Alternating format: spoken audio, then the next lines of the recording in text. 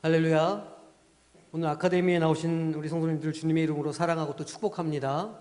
오늘 또 우리 아카데미를 통해서 듣고 배운 말씀을 또 마음에 새기고 하나님의 재직으로 또 담대하게 그 맡은 자리에서 역할을 잘 감당하시는 우리 성도님들이 되시기를 주님의 이름으로 축원합니다.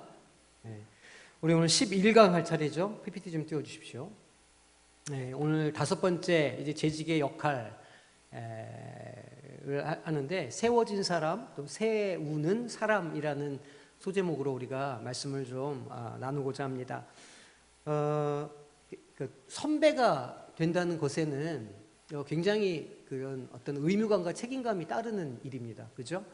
학교에서 뭐 선배다 이렇게 하면 무슨 뭐 이렇게 옛날 우리 고등학교 생각해 보면 그 선도부가 와가지고 막 무섭게 하는 이런 게 떠오르기도 하는데, 그것보다는 후배들을 잘 챙기고 후배들이 선배의 시행착오를 겪지 않도록 이렇게 좀 쉬운 길도 더 알려주고 지혜도 주고, 이제 이런 일들이 선배의 역할이라 이렇게 할 수 있을 겁니다. 제가 이제 종종 드는 표현 중에 오솔길을 먼저 내는 사람이 돼야 된다, 이제 이런 표현을 제가 자주 하는데, 내가 어떤 길을 가면, 그리고 내가 그 길을 열심히 가면 거기에 오솔길이 나는 것이고, 그러면 내 등을 보고 누군가가 내가 온 길을 이렇게 쫓아 살아갈 수 있다. 이제 그게 제가 자주 드리는 말씀입니다. 특히 아들은 아버지의 뒷모습을 보고 자란다, 이런 이야기가 있습니다. 그러니까 아이들이 어렸을 때에는 그 부모님의 모습을 보면서 부모의 역할도 배우고 또 인간성도 배우고 됨됨이도 배우고, 이제 그런 이야기를 상징적으로 하는 것이죠. 그 교육학에서 보면 오이디푸스 컴플렉스다, 또 일렉트라 컴플렉스다, 이런 이야기를 할 때가 있습니다. 그게 어떤 이야기냐면, 어린 그 유아들이, 남자아이의 경우에는 아빠와 엄마의 관계를 보면서 엄마의 사랑을 아빠보다 더 얻고 싶어 한다는 거예요. 그래서 남자아이 같은 경우는 아버지를 질투한다는 겁니다. 질투를 하다가 내가 저 사람을 극복할 수 없구나라는 걸 아이가 깨닫게 되면 그 아버지를 닮아가기 시작한다고 그래요. 아버지를 모델링을 하는 거죠. 그래서 내가 저 아버지처럼 되면 내가 어머니의 사랑을 받을 수 있다, 이렇게 생각한다는 겁니다. 그 반대의 경우를 일렉트라 컴플렉스라 이렇게 불러요. 그러니까 여자 아이들도 마찬가지라는 거죠. 아버지와 엄마의 관계를 이렇게 어린아이가 보면서 아빠의 사랑을 내가 독차지하고 싶은데, 그 엄마와의 사랑이 이렇게 우선시가 되면 이제 아이는 어느 순간에 내가 엄마처럼 되면 아버지의 사랑을 잘 받을 수 있을 거야, 이렇게 생각하고 그 어머니의 모습을 모델링해 간다는 겁니다, 심리적으로. 그래서 결과적으로 보면 아들은 아버지의 모습을 닮을 수밖에 없고, 여자아이, 딸은 엄마의 모습을 닮을 수밖에 없다. 이제 교육학이나 심리학에서는 이제 그렇게 설명을 합니다. 그런 것 같으세요? 어떠세요? 아들은 아버지를 닮고 딸은 엄마를 닮는다.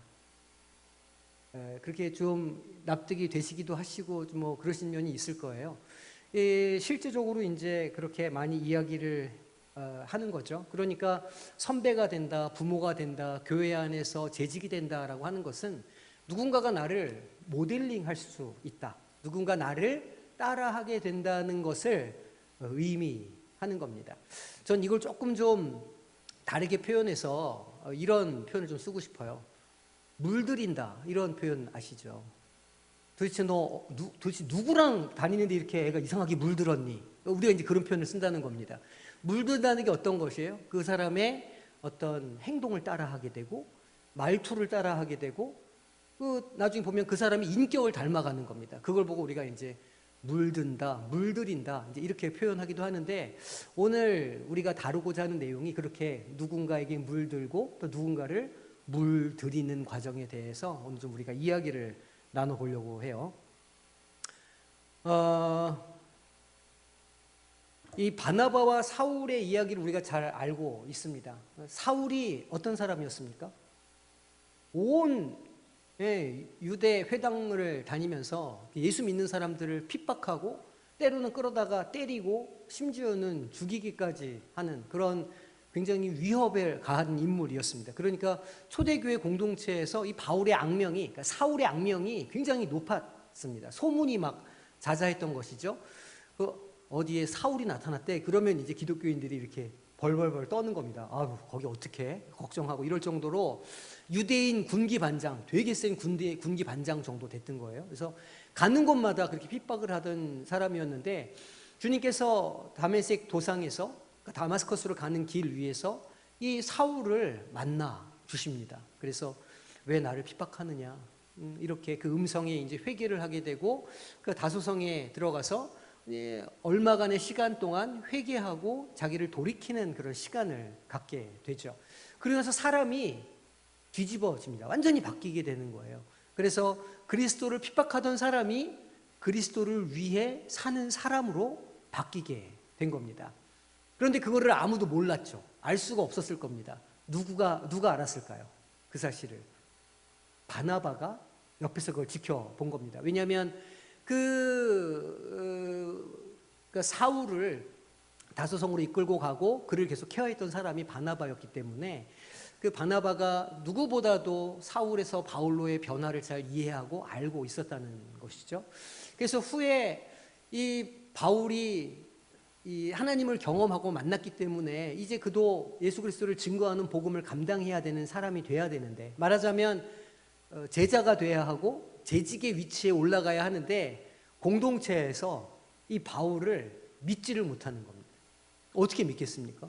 어제만 해도 막 와가지고 이렇게 깽판을 치고 난리던 치던 사람이 갑자기 내가 예수를 믿게 되었어요. 이렇게 되면 의심의 눈초리로 볼 수밖에 없는 것이죠. 그래서 이렇게 공동체가 이 바울을 인정해주지 못할 때 바나바가 그 바울을 데리고 그 예루살렘 공동체를 방문을 하게 되죠. 그리고 이 바울이 어떤 변화를 겪었는지, 그가 하나님께서 만나줘서 어떤 변화가 생겼는지를 잘 이렇게 설명을 해주게 됩니다. 그러니까 바나바와 바울 사이에 있었던 그 모습이 보면 물들고 물들이는 그런 과정이었다 할 수가 있는 것이죠. 그러니까 누군가를 세우는 것은 그 사람을 예수 그리스도의 복음으로 물들이는 것이고, 누군가에 의해서 세워진다는 것은 내가 누군가로부터 예수 그리스도의 가르침으로 물든다. 그렇게 이제 우리가 이해할 수 있는 겁니다. 그게 어떻게 이루어졌느냐는 거예요. 여기에는 바나바의 긍휼이 있었고, 그리고 바나바의 다가섬이 있었습니다. 물론 바울의 적극적인 변화와 성령의 역사가 있었죠. 그래서 이걸 좀 정리를 해보면 무엇이라고 할 수 있냐면, 바나바가 사울을 의심하던 예루살렘 교회에 바울을 소개하면서 그의 믿음을 증언해 주었기 때문에 바울이 재직으로 지도자로 세워질 수 있었던 것이죠. 바나바가 사울을 의심하던 예루살렘 교회에 소개하며 바울의 믿음을 증언해 주었다는 겁니다.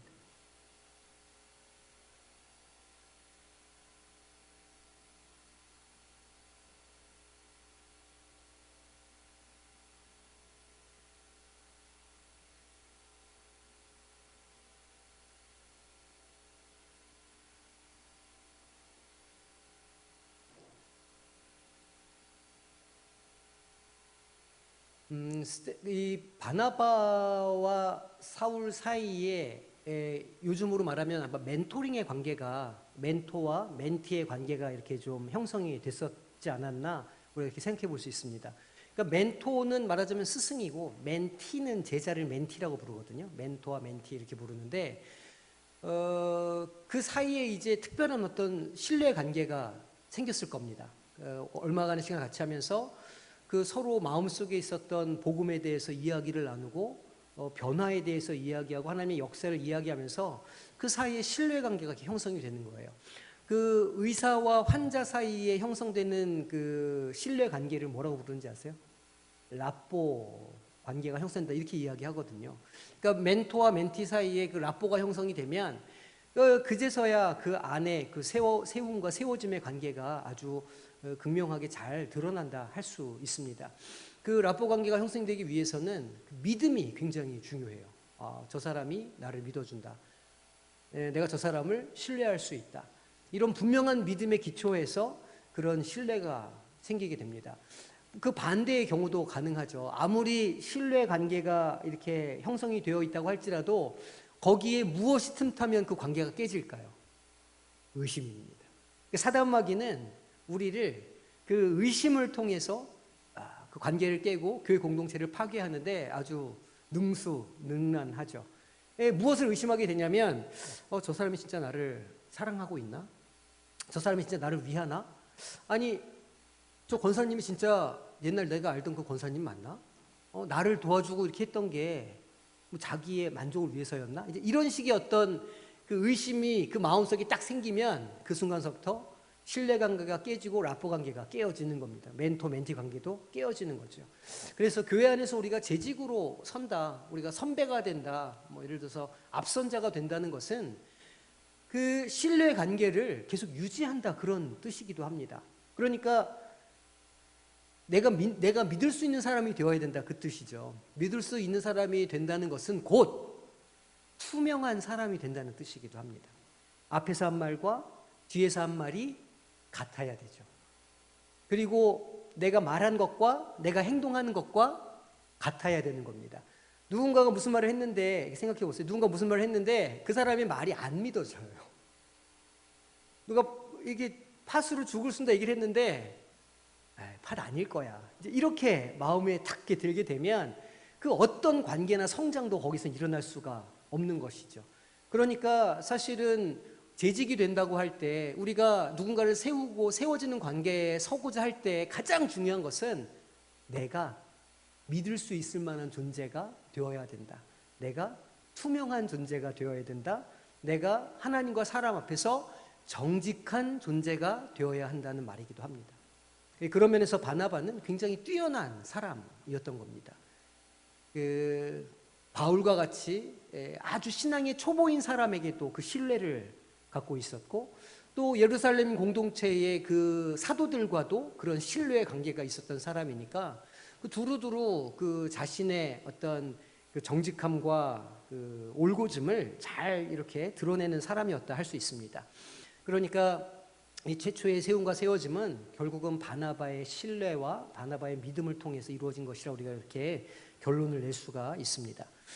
그리고 두 번째인데, 바울과 바나바의 세움과 세워짐의 관계가 11장에 보면 조금 좀 달라집니다. 우리 읽지는 않는데 우리 11장 말씀, 우리 교재 보시면 있죠. 11장 19절에서 30절까지 말씀인데 여기도 한 절씩 교독해 보겠습니다. 그때 스데반의 일로 일어난 환란으로 말미암아 흩어진 자들이 베니게와 구브로와 안디옥까지 이르러 유대인에게만 말씀을 전하는데,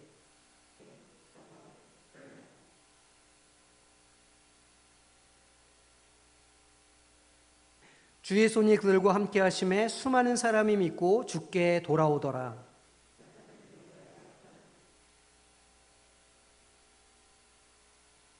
그가 이르러 하나님의 은혜를 보고 기뻐하여 모든 사람에게 굳건한 마음으로 주와 함께 머물러 있으라 권하니,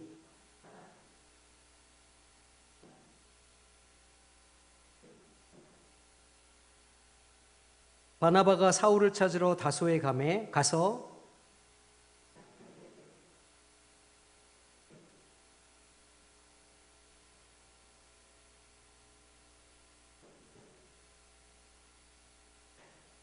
그때 선지자들이 예루살렘에서 안디옥에 이르니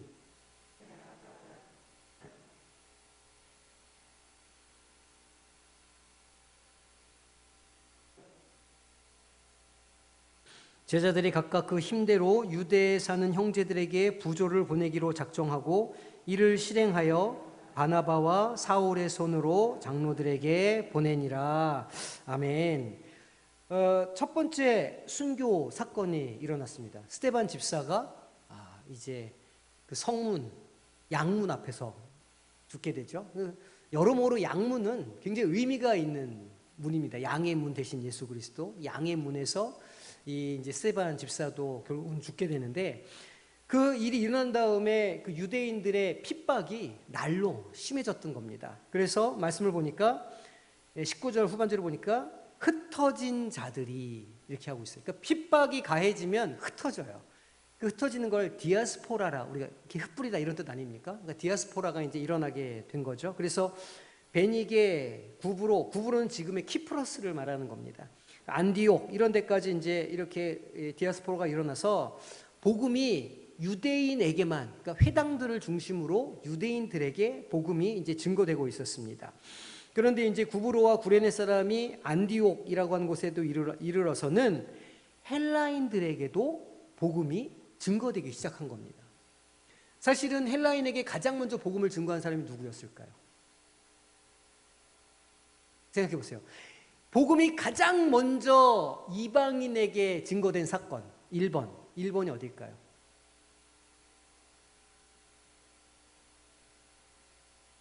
천천히 생각해 보세요. 복음이 이방인에게 가장 먼저 전해진 사건. 헷갈리시죠? 첫 번째는 이디오피아 내시예요. 이디오피아 내시. 그게 1번이고 2번이 누구냐면 고넬료예요. 고넬료. 지금 이 세 번째가 지금 오늘 보시면 헬라인에게 안디옥에 있는 헬라인에게 이르러서 복음이 증거됐다. 이제 이렇게 기록이 되고 있죠. 그 소문이 이제 예루살렘 교회에 들린 거예요. 사실은 예루살렘 교회에 논쟁이 좀 있었어요. 아니, 헬라인들을 우리의 어떤 그런 하나님의 자녀로 우리가 받아들일 수 있느냐? 과연 이방인들에게도 복음을 증거할 수가 있느냐? 이런 그 질문이 있었을 때 그때 이제 고넬료 사건을 통해서 하나님께서 베드로에게 말씀해 주시고 베드로가 이제 그것을 그 공동체 안에서 확증을 하는 사건이 일어납니다. 그 주의 형제 야고보가 그 일을 확증해 주는 이제 일이 있죠. 그렇게 되면서 이제 그 일이 이렇게 공식화되었는데 그 소식이 예루살렘 교회에 들린 거예요. 안디옥에 있는 헬라인들이 믿기 시작했다. 그럼 거기에 제대로 복음을 증거해 줄 사람이 필요했던 겁니다. 그래서 어떻게 했냐면 예루살렘 교회가 바나바를 안디옥에 파송을 하는 거예요. 안디옥에 가서 복음을 제대로 좀 전해주세요. 그런데 이 바나바가 어떻게 했냐면 혼자 가지 않았어요. 어떻게 했을까요? 다소에 가서 바울을 데리고 함께 안디옥에 갑니다. 그래서 1년간 같이 복음을 증거하는 거예요. 그랬더니 어떤 일이 일어났다고 그러죠? 안디옥에서 비로소 26절 그리스도인이라 일컬음을 받게 되었더라. 놀라운 일이죠. 그리스도인이라고 크리스찬이라고 하는 말이 없었는데 이 바나바와 바울이 안디옥에서 그 이방인들에게 사역을 1년간 열심히 했더니 거기에서 그리스도인이라고 하는 명칭이 생기기 시작했다는 겁니다. 우리가 지금 앞에서 본 9장에서는 바울과 바나바의 관계가 어땠습니까? 한 사람은 멘토, 한 사람은 멘티, 한 사람은 스승, 한 사람은 제자, 이런 약간의 좀 이렇게 뭐랄까요, 선후 관계가 있는 그런 위치였습니다. 그런데 안디옥에서의 사역은 어땠을까요? 둘이 동등한 위치에서 사역을 했다는 겁니다. 서로 세워주는 모습이 같고 일방적인 관계가 아니라 동역자의 관계로 된 것이 다르다는 거죠. 그러니까 앞에서 이 9장에서의 이 바울과 바나바의 관계는 일방적 서로 이렇게 동일한 존재가 아니라 약간 앞에서 인도해주고 끌어주는 그런 관계였는데 시간이 좀 흐른 뒤에는 그 두 사람이 같이 협력하고 서로를 돕는 관계로 성장했다는 겁니다. 그러니까 우리가 재직이 된다고 하는 것은 우리가 교회 안에서 어떤 직분을 맡고 교회 안에서 어떤 역할을 감당한다고 할 때에는 먼저는 우리가 누군가를 우리가 이렇게 복음을 증거하고 그가 성장할 수 있도록 도와주는 사람이 되지만 어느 정도 시간이 흐른 뒤에는 이제 어떤 관계가 된다는 거예요. 함께 동역하는 관계로, 동등한 관계로 함께 자라간다는 겁니다. 내가 선배니까 넌 계속 후배야, 이런 관계가 아니라는 거예요. 생각해 보시면 그렇지 않습니까? 이렇게 한 세대가 지나가면 그 다음 세대가 중요한 일들을 맡게 되는 거예요. 우리 세대가 지나가면 다음 세대가 교회의 중요한 일들을 맡게 될 것이고 또 그들 세대가 다음 세대를 길러내면서 그렇게 하나님께서 교회 안에 일하시는 역사가 흘러가게 되는 거죠. 그러니까 교회 안에 질서가 있어야 한다고 할 때 그 의미는 이렇게 말하자면 장로, 안수 집사 무슨 뭐 이런 식으로 그런 그 직분 간의 서열이 있다는 의미가 아니라 하나님께서 일하시는 것에 모두가 순종해야 된다는 의미의 질서를 말하는 것이지 마치 그 관계가 주종 관계처럼 이렇게 있어서 장로는 무엇인가 시키는 사람이고 일반 평신도는 무엇을 하는 사람이다라고 하는 개념이 아니라는 거예요. 교회 안에서는 어쨌든 훈련받고 재직으로 세워지고 그렇게 하면 같이 동등한 관계로 함께 사역하는 관계가 되는 것이라 이렇게 우리가 말할 수 있습니다.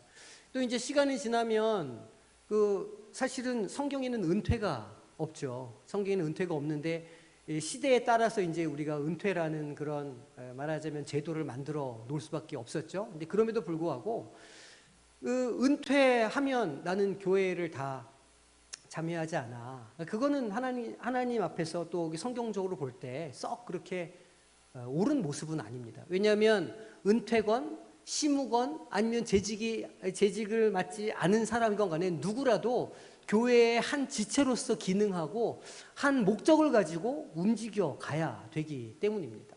너무나 당연한 이야기죠. 그래서 단지 은퇴했다고 하는 것은 그냥 내가 이렇게 교회에서 공식적인 어떤 일이나 직무를 맡지 않을 뿐이지 나는 이제 교회 일을 안 한다.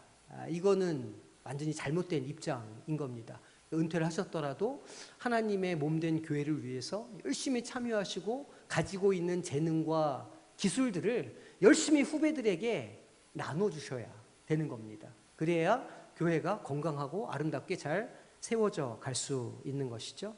바울과 바나바의 세움을 보면 그 둘이 처음에 만남 그리고 이후에 이방에서의 사역까지를 보면 그 둘의 관계가 어떻게 세워졌고 어떻게 세워갔는지가 잘 보여주고 종래는 그 모습이 서로 함께 교회를 세워가는 모습이 된다는 것을 우리가 이제 알게 됩니다. 디모데후서 2장 1절에서 2절 말씀인데 이렇게 말씀합니다. 내 아들아, 여기서 아들은 누굽니까? 디모데죠. 지금 말하고 있는 사람은 누굽니까? 바울이에요. 지금 이 바나바와 바울은 동시대의 사람이었는데, 그러니까 말하자면 같은 비슷한 또래였다는 거죠.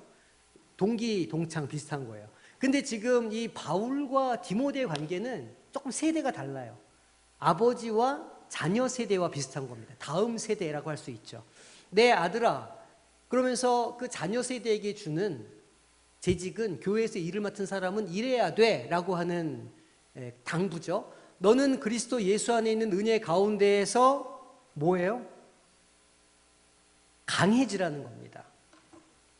여기서 강해지라는 것은 본래 의미가 버티고 선다 이런 뜻이 있습니다. 여기서 강하다는 것은 내가 힘이 세져가지고 무엇인가를 위력으로 누르고 때리고 이렇게 복종시키는 그런 힘을 말하는 게 아니라 여기서 강하다는 것은 이렇게 다가오는 바람이나 어떤 이런 것을 맞서가지고 딱 굳게 서 있는 것을 말해요. 강하다는 것의 의미는. 그러니까 복음 안에서 강해져라 라고 하는 것은 흔들리지 않는다 그런 뜻입니다. 강해라 이런 것은. 은혜 가운데에서 흔들리지 않는 신앙인의 모습을 가지라는 것이고, 그 다음에 2절 또 내가 많은 증인 앞에서 내게 무엇을 했을까요? 들은 바. 믿음이 어디에서 난다고요? 들음에서 난다고 했어요. 그러니까 많은 증인 앞에서 내게 네가 들어서 네 안에 믿음이 생기고 네가 알고 있는 그것을 충성된 사람들에게 부탁하라. 이 부탁하라는 어떤 의미일까요? 그들도 이것을 똑같이 지킬 수 있도록 그 들은 바를 그들도 듣게 해서 그들도 강하게 되도록 그런 의미입니다. 근데 지금 디모데가 나이가 좀 있을까요? 없을까요? 딱 요 시점에. 생각보다 디모데가 어렸습니다. 아마 바울 사도가 이 마지막 디모데후서를 쓸 때 아마 30대 중후반 정도 됐지 않겠나 이렇게 이제 이야기를 합니다. 그러니까 사실은 30대 중후반이면 교회에서 리더십을 하기에는 지나치게 좀 나이가 어리다고도 할 수 있습니다. 그래서 바울 사도가 디모데에게 업신여기지 않도록 이런 이야기도 하는 거예요. 그러니까 지금도 이렇게 얘기하죠. 많은 증인 앞에서 내가 들은 것을 그 사람들에게 잘 부탁해라, 잘 권면해라 라고 이야기를 하는 것이죠. 그래서 그들이 또 다른 사람들을 어떻게 하게 하기 위해서요? 아까 제가 처음 했던 표현대로 좀 바꿔보면 내가 아들처럼 사랑하는 디모데야. 너는 예수 안에 있는 그 은혜 가운데에서 내가 너를 물들였던 것처럼 너도 그 믿음을 가지고 네가 너에게 맡겨 주신 사람들을 물들여. 그래서 그 사람들이 후에 또 다른 이들을 물들일 수 있도록 해라. 그런 의미입니다. 여기서는 키워드가 그거죠. 강해지라는 것. 그 자리를 버티고 서 있으라는 겁니다. 조금 이렇게 고난이 오고 마음에 때로는 의심이 생기고 번아웃이 될 수도 있죠. 지칠 수도 있죠. 지칠 수도 있고 또 여러 가지 관계의 문제로 인해서 마음의 상처가 있을 수도 있는데 그럼에도 불구하고 자기가 받은 그 말씀, 그 배운 그 위에 담대히 자리를 지키고 서 있으라는 거예요. 그 자리를 지키고 서 있는 게 중요하기 때문입니다. 그 자리에 그렇게 서 있을 때 그 사람을 봅니다. 옆에 후배들이, 지체들이, 자녀들이 고난이 있을 때에도 그 기도의 자리를 지키고 있는 부모의 모습을 보는 거예요. 우리 어머니께서 저 자리를 지키시는구나. 교회가 막 어려울 때 새벽에 기도의 자리를 지키시는 기도의 용사들이 버티고 있는 거예요. 그렇게 버티고 있는 것을 후배들이 보는 겁니다. 저렇게 기도하는 것이구나. 저렇게 그 고난의 자리에서도 자기의 직분을, 자기의 사명을 잃지 않고 그 자리에 담대히 지키고서 있어야 되는 것이구나를 보고 배우게 되는 것이죠. 그러면 그 배운 사람도 어떻게 될까요? 그 오솔길을 따라서 혹 후에 자신의 삶에 혹은 교회의 가정에 고통이 있을 때에 그 자리에 딱 지키고 서서 그 똑같은 일들을 감당하는 사람이 될 수 있다는 겁니다. 그 자리를 지키고 서 계시는 우리 용사리 되시기를 축복합니다. 감사해요. 두 번째, 디모데후서 3장 10절에서 17절인데 이거 제가 다 적어놓지 않아가 좀 찾아보겠습니다. 디모데후서 3장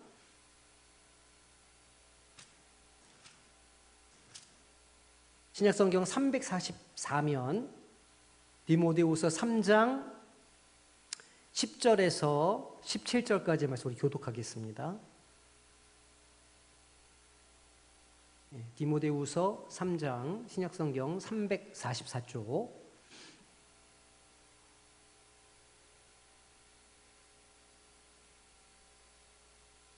10절에서 우리 17절까지 한 절씩 교독하겠습니다.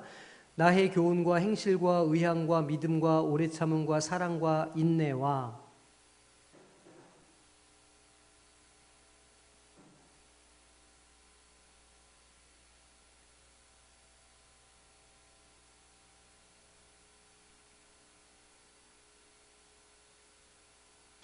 무릇 그리스도 예수 안에서 경건하게 살고자 하는 자는 박해를 받으리라.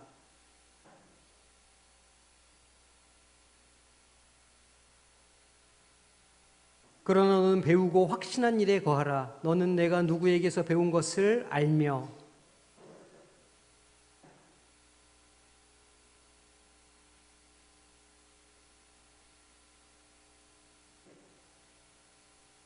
모든 성경은 하나님의 감동으로 된 것으로 교훈과 책망과 바르게 함과 의로 교육하기에 유익하니 이는 하나님의 사람으로 온전하게 하며 모든 선한 일을 행할 능력을 갖추게 하려 함이라. 아멘. 디모데 후서는 진짜 마지막 유언과 같은 말씀입니다. 바울 사도가 두 번 투옥 이후에 이제 전설에 따르면 서바나로 가서 거기서 이제 십자가형을 달려서 죽었다. 이제 이런 전설이 있는데 그 마지막 순간에 디모데에게 주는 유언의 말씀이에요. 이 유언의 말씀에서 뭐라고 얘기하냐면 우리가 지금 읽었지만 10절, 11절 보면 자신의 고생담을 이야기합니다. 너도 알지 않니 디모데야? 내가 복음을 증거하면서 너무너무 많이 고생을 했어. 죽을 위기도 몇 번 넘기고 매도 맞고 그 루스드레에서 어떤 일이 있었습니까? 바구니에 이렇게 매달려가지고 탈출하는 일도 있었지 않았어요? 주로 그 핍박하는 사람들은 유대인들이었습니다. 유대인들이 와가지고 복음을 증거하지 못하도록 그렇게. 어쨌든 그런 고난 속에서 내가 복음을 증거했다는 겁니다. 그러면서 정말 당부하는 말씀이 뭐냐면 14절에 그러나 너는 어디에 거하라고요? 배우고. 배워야 된다는 거예요. 하나님의 말씀을 배워야 된다는 거예요. 그냥 이렇게 듣고 이쪽 귀로 들어왔다가 저쪽 귀로 나가게 하는, 물론 저희는 감사해요. 왜냐하면 이렇게 가르쳐드린 것을 한 번에 딱 기억해가지고 안 잊어버리시면 우리가 할 게 없어요. 앞에 교육자들이 전 했던 건데 이렇게 하시면 그게 곤란하지 않겠습니까? 그래서 한번 듣고 이렇게 또 잃어버리시는 것도 참 감사한 일이긴 한데 어쨌든 배우셔야 된다는 거예요. 단지 성경을 읽는 것만으로는 부족해요. 하나님의 말씀이 어떤 의미인지 내 삶에 어떻게 적용할 수 있는지, 그리고 그 삶에 적용하도록 옆에서 누군가 계속 귀찮게 만드는 거예요. 성경 외웠어? 읽었어? 검사해. 막 이렇게. 그러니까 성경 공부를 하면 그게 되지 않을까요? 아무래도 예습도 좀 해가야 되고 복습도 해가야 되고, 말씀을 그냥 이렇게 스킵하는 게 아니라 읽고 이해하고 내 것으로 만들려고 하는 노력이 거기에 들어간다는 거예요. 그게 배운다는 의미예요. 보통 우리들은 신앙생활할 때 어떻게 하려고 하냐면 주일에 예배 딱 와가지고 설교 딱 들으면, 그리고 은혜 받고 집으로 돌아가면 그게 신앙생활 하는 거다, 교회 다니는 거다, 이렇게 생각합니다. 그런데 늘 말씀드리잖아요. 교회 문 밖을 나가서 주중에 그 주일날 내가 은혜 받았던 말씀이 생각이 안 납니다. 지난주에 제가 들었던 설교의 제목이 기억나십니까? 보지 마세요. 주보 보지 말고. 아리까리 하거든요. 제가 다 압니다. 저도 그렇거든요. 심지어 제가 한 설교도 잘 기억이 안 날 때가 있어요. 오죽하겠습니까? 그런데 그렇게 그냥 한번 듣고 지나가는 말씀은 내 말씀이 아닌 거예요. 제가 한 2주 정도 묵상하고 제가 은혜 받은 제 말씀이지, 그걸 한번 들었다고 해서 바로 듣는 사람들의 은혜가 되는 게 아니라는 말입니다. 그래서 그 말씀을 듣고 적고 때로는 외우고 반복해서 집에 가서 다시 읽어보고 그 은혜가 나에게 어떻게 적용되는지 고민할 때 그게 배우는 것이고, 그것을 배울 때에 비로소 그 말씀이 나에게 주어지는 말씀, 레마의 말씀으로 새겨지게 된다는 거예요. 성경은 보고 읽고 쓰시고 외우고 묵상하셔야 되는 겁니다. 이제 그 일을 더 쉽게 하시기 위해서 우리가 성경 공부도 하는 것이고, 그래서 교회에서 이렇게 저렇게 이제 아카데미 통해서 이런 일들을 반복하는 거예요. 배우게 하기 위해서, 가르치게 하기 위해서. 그래서 너는 배우고 뭐한 일이에요? 확신한 일에 거하라는 거예요. 믿음은 어디서 난다고요? 들음에서 나는 겁니다. 배울 때 성경이 오늘 나에게 주는 음성을 제대로 우리가 배울 때 그 배움과 그 깨우침 속에서 비로소 믿음이 잘 서게 되는 거예요. 왜 신천지나 이런 그 이단들에 우리가 혹 넘어갈까요? 어떤 분들이 그 느낌을 주는 거예요. 내가 성경을 드디어 이치를 내가 드디어 깨닫는구나. 이것은 이렇게 비유적으로 설명하신 것이고 이것은 이렇게 1:1 의미가 들어가는 거구나. 이렇게 하니까 저 양반이 그리스도가 되는구나. 그게 이제 본인들의 그 경험에 내가 성경을 배운다, 이런 느낌을 주는 거예요. 교회에서는 경험을 못하니까 안타깝게도 엄한 데 가서 성경 공부방 가가지고 그걸 하시면서 그런 느낌을 받으시는 거예요. 그러니까 내가 진짜 뭔가 배우는 것 같다, 내가 공부하는 것 같다, 이러면서 거기에 이제 훅 빠져드는 것이거든요. 거기서 하지 마시고 열심히 성경 아카데미 준비를 많이 할 테니까 교회에서 성경 공부하시기를 부탁드립니다. 어디에서 거기 용한 성경 공부 선생님이 있어 가자 그러면 가시면 안 돼요. 큰일 납니다. 아주 그냥. 우리가 훨씬 그 신천지보다 재미있게 성경을 풀어서 가르치려고 애쓰고 노력할 테니까 교회에서 성경 공부 열심히 해주시기를 부탁드립니다. 감사합니다. 그래서 그렇게 배우면 믿음이 생긴다는 거예요. 우리 마음속에 확신이 생긴다는 겁니다. 그 배우고 확신한 일에 거하라, 그것을 따라 살아라, 이런 말이에요. 너는 내가 누구에게서 배운 것을 알며, 너 선생님이 누구야? 내가 가르쳐준 복음의 그 원류가 뭐야? 이 얘기예요. 디모데 선생님은 누구였을까요? 바울이었잖아요. 그런데 디모데는 그 바울을 통해서 누구를 보았을까요? 예수 그리스도를 본 거예요. 그 이야기를 하는 겁니다. 내가 누구에게서 배운 것을 알며, 바울이 가르친 것은 바울 자신을 가르친 게 아니에요. 바울에게 역사하셨던 예수 그리스도를 디모데에게 가르친 것이죠. 우리도 마찬가지입니다. 우리도 누군가와 같이 이 가르침을 주고 누군가를 이렇게 다음 세대로 세워갈 때 우리가 할 일이 무엇이냐면 나를 증거하는 게 아니에요. 나를 증언하는 게 아닙니다. 무엇을 증거해야 되죠? 나를 변화시키신, 내 안에 역사하신, 내 안에 신앙을 심어주신 예수 그리스도를 증거해 줘야 하는 겁니다. 나를 증거하면 이제 이상하게 변하는 거예요. 그건 변질되는 것이죠. 내 안에 역사하신 하나님을 증거하는 것, 그거를 쉬운 말로 뭐라 그럴까요? 간증이라고 얘기해요. 그러니까 자녀들에게 혹은 우리 다음 세대 후배들에게 어떤 이야기를 해주셔야 되냐면, 내가 만난 하나님, 내 안에 역사하셨던 예수 그리스도, 내 삶에 나를 구원해 주셨던 그 역사를 증언하셔야 되는 겁니다. 나의 생명을 구원해 주시고 내 병을 고쳐주시고 나를 깨우쳐서 눈물을 흘리게 하셨던 그 사건, 그것을 말하는 것, 그게 간증이고, 그게 내가 예수님께로 배운 것을 그들에게 증거해주는 방식이 되어야 하는 거예요. 제가 말씀드리잖아요. 간증을 많이 하셔야 됩니다. 자녀들에게 붙잡고 듣기 싫어해도 얘기해 주셔야 돼요. 내가 만난 하나님을 증거를 해야 그들의 마음속에 그것이 들려지고 성령께서 역사해 주시면 그들의 신앙으로 남겨지기 때문에, 그들의 마음속에 새겨지고 그들이 깨닫게 되는 건 우리의 할 일이 아니에요. 우리가 할 수도 없는 일이고 가능하지도 않은 일입니다. 그러나 우리는 무엇까지 할 수 있냐면 내 안에 역사하신 하나님을 간증하는 것까지는 할 수 있어요.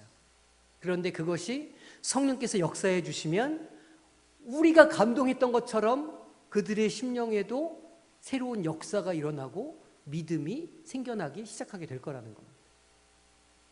17절 말씀이에요.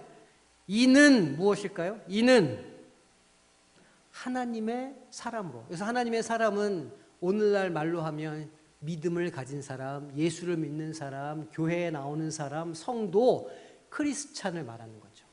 이는 하나님의 사람으로 온전하게 하는 것이다. 오해하시면 안 돼요. 여기 이 온전하게 한다는 것은 완전해진다 그런 뜻이 아니에요.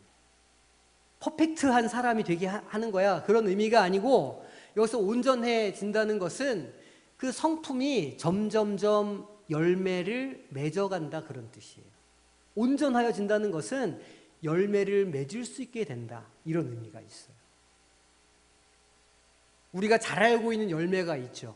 어떤 열매가 있습니까? 성령의 9가지 열매. 그 정도는 다 외워주셔야 그 장로 교인이라 이렇게 이제 우리가 그런 얘기가 있어요. 장로 교인이면 시편 23편이나 시편 1편 정도, 산상수훈 정도는 외워줘야 그게 장로 교인이 된다, 이제 뭐 이런 우스갯소리가 있는데, 사랑의 9가지 열매 정도도 외워주셔야.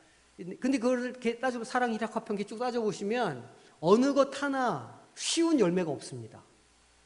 그것은 그 9가지 열매를 다 가져야 네가 온전한 사람이 돼, 그래야 그리스도인이 되는 거야, 그게 자격이야 라고 말하는 게 아니에요. 그 9가지 열매는 사실은 예수님의 성품이고, 그 성품을 우리도 닮아가며 그 열매가 언제 맺힐지는 모르지만 우리가 그 그리스도의 장성한 분량까지 자라가야 한다는 의미를 담고 있는 말씀이에요. 이것도 마찬가지죠. 하나님의 사람으로 온전하게 된다는 것은 예수 그리스도의 성품을 가진 사람으로 우리가 계속해서 성장해 간다는 의미예요. 언제까지?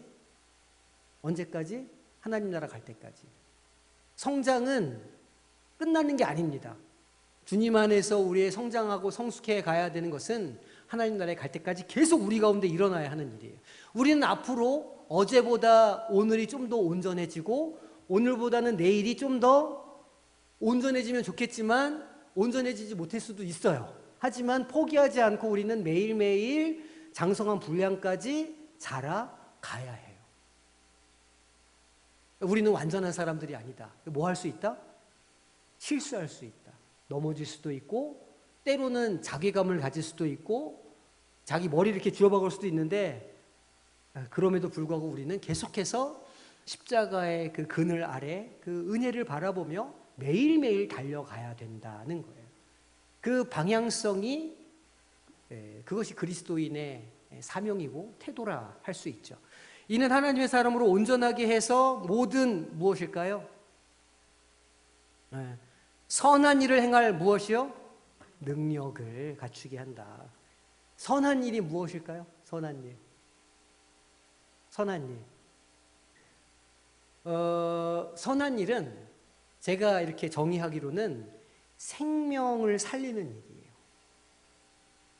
일이에요. 이 현대 그리스도인들에게 있는 유혹이 있는데 그게 뭐냐면 하나는 생명으로 가는 길이고 하나는 좋은 길이에요. 그러니까 좋은 것을 가질 수 있는 길과 생명을 얻을 수 있는 길이 항상 눈앞에 두 개가 있는 거예요. 현대인의 삶에는. 좋은 것을 선택하려면 조금 더 경제적으로 나아지는 길로 가고 조금 더 뭔가 세상에서 살기 유익한 방향으로 가고 내 삶이 좀 더 안락한 방향으로 가는 거예요. 그게 좋은 길이죠. 우리가 흔히 말하는 좋은 길을 삶이 형통케 됩니다 말할 때는 거기에 그 의미가 있어요. 그런데 주님께서 우리에게 원하시는 삶의 길은 생명의 길이에요. 그 길에는 어려움이 있을 수도 있어요. 좁은 길일 수도 있고 때로는 그 길은 어떤 것들을 우리가 포기하고 버려야 되는 길일 수도 있어요. 하지만 그리스도인이 마땅히 따르고 선택해야 될 길은 좋은 길이 아니라 생명을 주는 길을 가는 것이다. 선한 일은 그 생명을 살리는 길이다. 생명과 관계된 일이다. 저는 그렇게 정의를 합니다. 그러니까 우리가 어떤 일들을 하면서 갈등이 생기고 고민이 될 때 청년들도 그렇죠. 청년들은 어떤 회사에 취직해야 돼요. 누구랑 결혼해야 돼요. 이런 고민들이 많습니다. 또 우리 시니어들도 이사를 간다든지 할 때 과연 내가 어떤 그런 가치를 두고 이사를 할 것인가, 삶의 거처를 옮길 것인가, 직장을 옮길 것인가 그런 고민들을 한다는 것이죠. 그때 우리가 가져야 될 원칙이 무엇이냐면 그것이 생명을 살리는 길인가? 이거를 딱 보고 해야 된다는 거예요. 그렇게 선한 일을 행할 능력을 갖추게 된다는 거죠. 그 능력이 무엇이냐면 그런 생명길을 선택할 수 있는 용기, 믿음, 또 소망 이런 거가 생기게 된다는 거예요. 그 믿음, 소망, 사랑 이런 어떤 그 하나님 안에서의 능력은 오로지 주님의 말씀을 통해서 성령의 역사를 통해서만 생길 수 있는 겁니다. 그 세상 어디에도 없거든요. 그 능력은 말씀을 통해서 성령께서 역사하여 주실 때 우리 안에 생기는 능력이 생명을 선택하는 능력이고 사랑을 선택하는 능력이고 소망을 주는 능력이다. 이걸 우리가 기억해야 됩니다. 누군가를 우리가 세워주는 사람이 된다 할 때에는 내 삶이 누군가에게 신뢰할 만해야 하고 그리고 나의 삶의 어떤 그 거하는 곳이 배우고 확신한 일에 이렇게 있어야 우리가 신뢰할 만한 자격을 갖게 된다는 것이고 그리고 그것을 추구해가는 우리의 삶의 방법이 어떤 세상적인 방법이나 편리나 또 어떤 효율성을 따지는 게 아니라 생명을 살리고 사람을 구하는 방식으로 이루어져야 함을 오늘 이야기하고 있는 겁니다. 그게 마땅히 세우는 사람이 가져야 할 모습이고 그렇게 물들여 갈 때 다음의 세대들도 우리의 후배들도 우리의 자녀들도 또 그런 사람들로 이렇게 커갈 수 있다는 겁니다. 자, 첫 번째인데 부모를 제외하고 내 인생에 신앙에 긍정적인 영향을 끼친 사람이 누구인지 한번 생각해 보세요. 나를 신앙의 길로 딱 이끈 사람이 누구였나? 또 내 신앙에 가장 큰 영향을 미친 사람이 누구였나? 한번 이렇게 떠올려 보세요. 딱 떠오르시는 분들이 있을 수도 있고, 그러면 이제 그 굉장한 어떤 멘토가 있었던 거죠, 인생에. 조금 희미할 수도 있습니다. 부모님, 손 들어보시겠어요? 부모님. 네, 지금 잘 들으니까 손 부모님, 자, 손 내리시고. 교회 목사 내리시고, 친구, 배우자,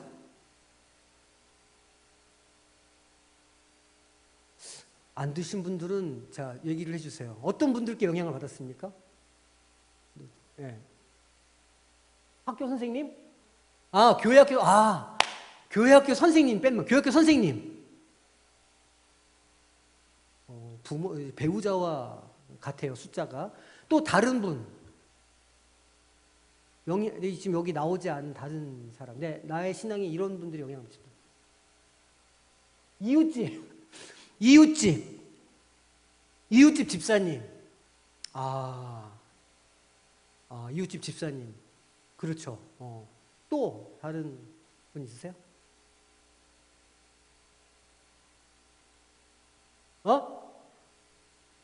직장 동료. 그렇죠. 복이네요. 복이에요. 제가 이제 자녀들을 위해서 기도할 때 어떤 기도를 많이 하냐면 만남의 복이 있길 위해서 기도를 많이 합니다. 주로 축복할 때도 그렇고. 왜냐하면 지금도 말씀드리잖아요. 어떤 사람을 만나느냐가 그 아이가 어떻게 물드느냐를 결정하기 때문이죠. 신앙이 좋은 사람을 만나면 그 좋은 신앙으로 물들 수밖에 없어요. 근데 그게 아니라 우리 자녀들이 세상에 나가가지고 막 이렇게 유물론이나 무슨 이렇게 세상의 어떤 완전 그 세상의 어떤 그 재물에 취해 있는 사람들, 이런 사람들을 만나게 되면 그렇게 물들게 되는 겁니다. 그래서 품 안의 자식이라고 이렇게 자녀들이 우리의 어떤 영향력 아래 있을 때 신앙교육을 사실은 잘 해야 되는 거죠. 그 아이들이 떠나가면 부모의 영향력이 급격하게 떨어집니다. 경험 다 하시죠? 그래서 아무리 얘기를 해도 듣지를 않는 거예요. 그러니까 이제 우리 기도 제목 제가 받아보면 자녀들의 신앙을 위해서 그렇게 기도를 많이 하실 수밖에 없는 거죠. 그러니까 이 다음 세대의 교육이 얼마나 중요한가를 우리가 다시 한번 생각해 보게 되는 겁니다. 자, 두 번째 질문. 내가 만약 누군가를 세우고자 할 때, 내가 재직이 되었는데, 내가 이제 후배들에게 혹은 다음 세대에게 내가 재직으로서 무엇을 가지고 있어야 내가 그런 사람, 좋은 이웃, 그런 선생님, 혹은 배우자, 이런 사람이 되겠는가를 한번 생각해 보세요. 내가 영향을 받았던 그 사람의 그 영향력을 어떻게 하면 내가 가질 수 있을까? 나는 어떻게 그런 사람이 될 수 있겠는가? 내가 어떻게 멘토가 될 수 있을까?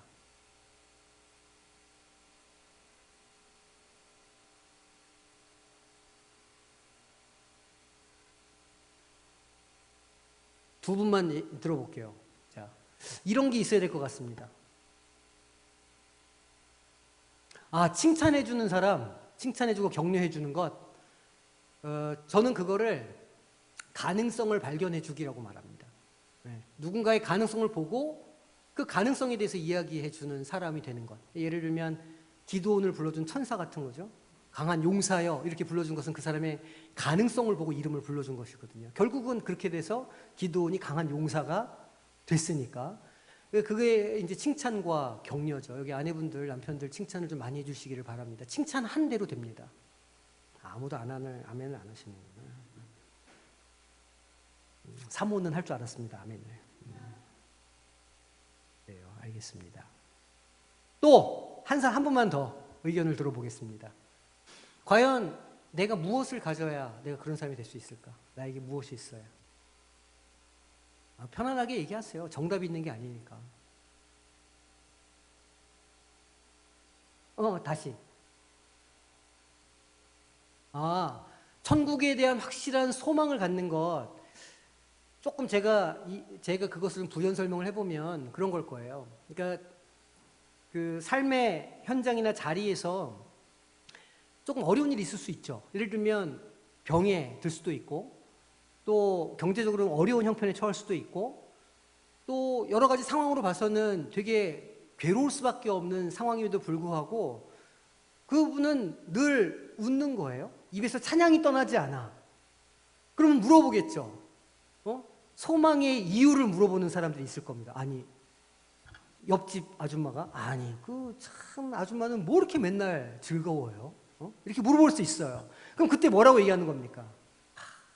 천국 소망이 저한테 있습니다. 그런 거죠. 그런 간증. 제가 말하는 게 맞나요? 의도가? 네, 네, 네.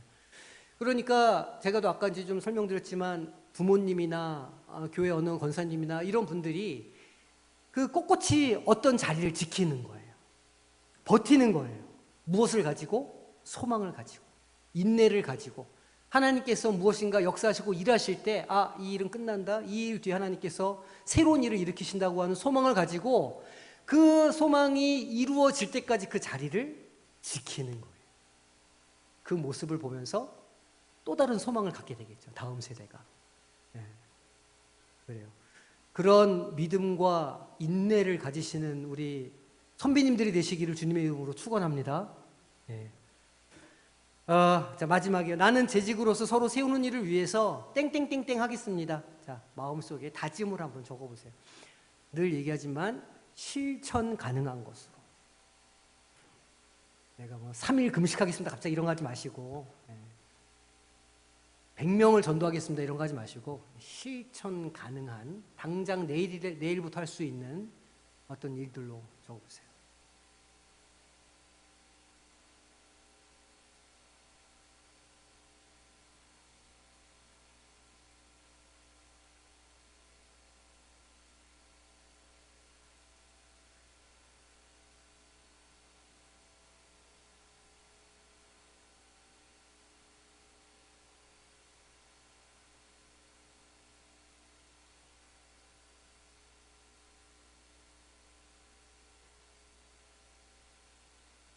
네, 다 적으셨죠? 늘 말씀드리지만 이렇게 적고 이렇게 한 줄로 할 수 있는 것을 적어 놓으셨으면 그것을 실천하셔야 돼요. 그래야 자기 있게 돼요. 그죠? 1시간 또 와가지고 열심히 강의 들으셨는데 이게 우리에게 의미 있는 시간이 되고 이것이 우리에게 삶에 영향력을 미치는 시간으로 바꾸려면 이제 저 부분 밖을 나가서 지금 결심한 그대로 사셔야 성장하는 겁니다. 결심한 대로 살아가시는 또 한 주간이 되시기를 주님의 이름으로 축원합니다.